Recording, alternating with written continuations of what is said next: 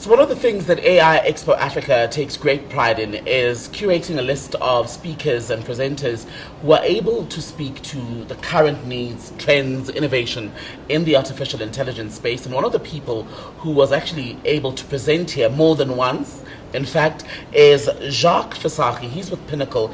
They are a value-added distributor. Jacques, welcome to AI TV. So you've had more than one presentation. Speak to us about what your topic was and why, in fact, you chose to focus on that particular subject matter. Thank you, Tabakile. Thank you for the opportunity. So yes, this year was one of my busiest AI expos. I was busy this year, but it's because of the people that was here, right? The type of people that we had. So comparing to last year, I thought I'm going to do something different this year. And I thought of, in the past year, things has changed so much. I wanted to talk to customers about especially in enterprises today. A lot of enterprises are struggling to adopt enterprise-grade AI. And it's all about data. I think you've heard that a few times today. Data. AI is about data. And customers are struggling with it. They're struggling to know where to start. They're struggling to understand what data is required. They're struggling what to do with the data and what is to see the value in the data. So the first chat that I did this week was enabling customers to understand where to start. It's very difficult. It's all, especially if you look at where customers' data sets are, they're not ready yet for AI. Even in 2025, if you haven't started a long time ago to get your company data-centric, it's a struggle. And we're there to help. So what we've then built as a team is we've built a team of very highly skilled, talented local people that can help our customers to go through that journey. And I showed them our capabilities and some thought leadership around how do you start that process, how do you build your data pipelines, how do you engage into getting your AI ready for business. And how do we do that, especially the building of data that is not just about quantity, but qualitative data? So it's getting the right data at the right time. That's what we talk about. It's great. A company has a lot of data that they actually don't know of and they don't use it. And there's value in the data, but how do you unlock the value out of that data? And then what we do is we follow a 7-stage approach to do that through assessment, digital strategy advising, to give a customer guidance on how to look at all the data. And we've got a highly talented team of data scientists that can help customers to look at their data and establish what is data of value and what is data of value at the right time. And we sell that as a appliance or a consulting exercise to our customers. And who typically is your customer? So we're talking a lot to small to medium enterprises, so anybody that's from 50 employees to about 500 employees. They started with AI, but they're stuck and they don't know why. And we then look at that customers, we engage with a readiness assessment with them, and we start taking them through the process to let's unlock the next step for you in AI. So that's who we're talking to. We've talked to a few of the large institutions as well in South Africa. They are very advanced. A lot of them are very advanced in the AI strategy. So we have a different type of conversation. So what is the next level? How do we make it more cost effective? How do we gain extra value out of the data? And that's some of the customers that we do. And do you find, Jacques, that the businesses want the same things? By that I mean when it's a small business, a medium-sized enterprise, and the larger and perhaps multinational players, do they all want the same thing? They want AI to fix the world. All of them want that. They think AI is going to fix the world, and it's about let's slow down and let's take it step by step, and let's guide you through that place. And they all want quick value of their data. That's what they want. They want to get quick insights. They want to get insights into the data that they never had. That's a theme that I've seen common between the customers that we've had chats to, is what else can I get out of my data, and is my data ready? Cheaper business? Is that another demand or request that they have of you? So cheap is relative. Cost effective, if I must rather say. Cost effective is relative. And I've had a lot of ROI discussions with customers, and and it's a very difficult thing to do, especially in enterprise, to show quick ROI. And then it's about understanding where the ROI lies.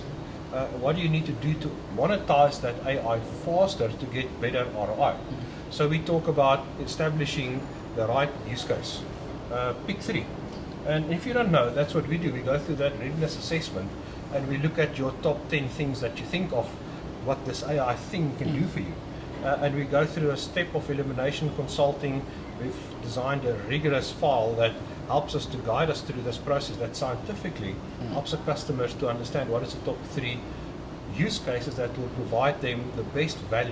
And we've got a matrix on how we measure that. And then we provide that as a report back to a customer with a price. And we say, we're going to help you to build this. And then in terms of safety then, the data, for one thing to collect it, but to store it safely, especially the more data you're dealing with, can sometimes become a challenge.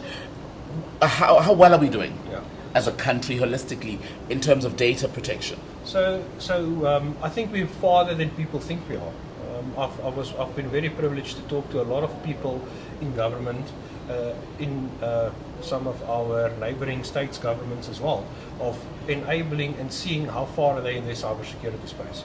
We're doing very good in South Africa. Some people might disagree, but I think as a country we're actually doing very well.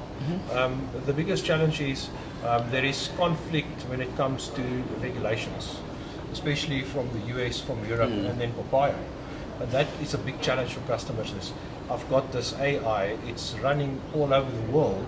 I need to create a sovereign instance of that AI, but I need guidance. So I think the government's doing quite a lot of things to guide us.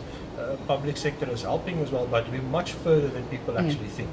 Is it possible to achieve global harmonization in terms of AI legislation, policy, covering everything from the basics around data collection, protection, its use, etc.?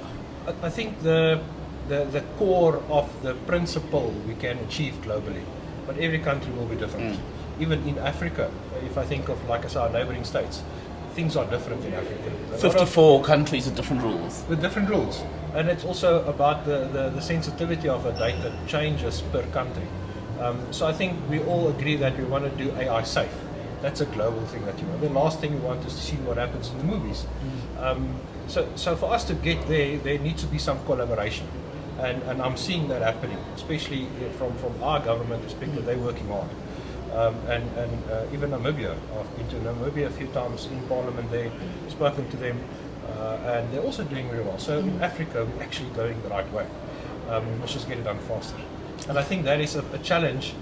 What is slowing us down at the moment? Is it infrastructure, or is that also a misconception, the idea that infrastructure is the greatest hindrance? I think it's perception. I think it's not infrastructure or money, it's perception. People got a perception that AI is free. AI is not free.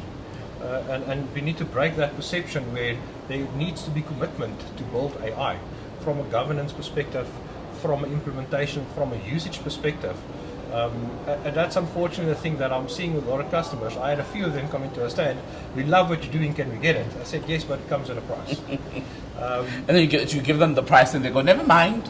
Well, I haven't had that yet, so we've figured out a very cost-effective way to bring sovereign AI to a customer. And that's why we're very successful in that space, to build sovereign AI for Africa, by Africa. We're actually very good at it. We've got a working prototype which we were demoing here. That's why I had all the speaking slots. I actually prototyped and showed customers our prototype and how it works, and the costing model around it as well. So to answer your question, I think we're farther than people think we are. Is it still a case of people versus machines? Are the machines going to have us all out of a job? Is the recurring question. I don't think that will happen. I know there's a lot of international speakers, very well-known speakers, that says that, hey, we need to be careful of AI. AI does what you tell it to do, in my view. And it does what you teach it on. And AI will, and I talk about the golden ratio when you implement AI. You get 60% of automation, 30% where AI assists people, and the last 10% is still in control of people. And they call that human in the loop. So we believe heavily, especially for customers that's scared of AI, by providing this golden ratio of implementing AI, by always having human in the loop architecture, people feel more comfortable. And that's an easier way to get them to adopt AI. Because that is a big challenge. Is customers, they all want AI, but once they hear that all the stories AI is going to replace me, they say, whoa, I don't want to do this. And we take customers through the process. If you follow this golden ratio of implementing AI, you don't have to be scared. And we hold their hand through that process. I don't think AI will replace people. We're not there yet. I don't think we'll ever get there. I think we're far away. I don't think we can get there. Well, we're all breathing a collective sigh of relief. Jacques, much better than AI. Good to meet you. Jacques Visagie from Pinnacle, one of the speakers at this year's AI Expo Africa.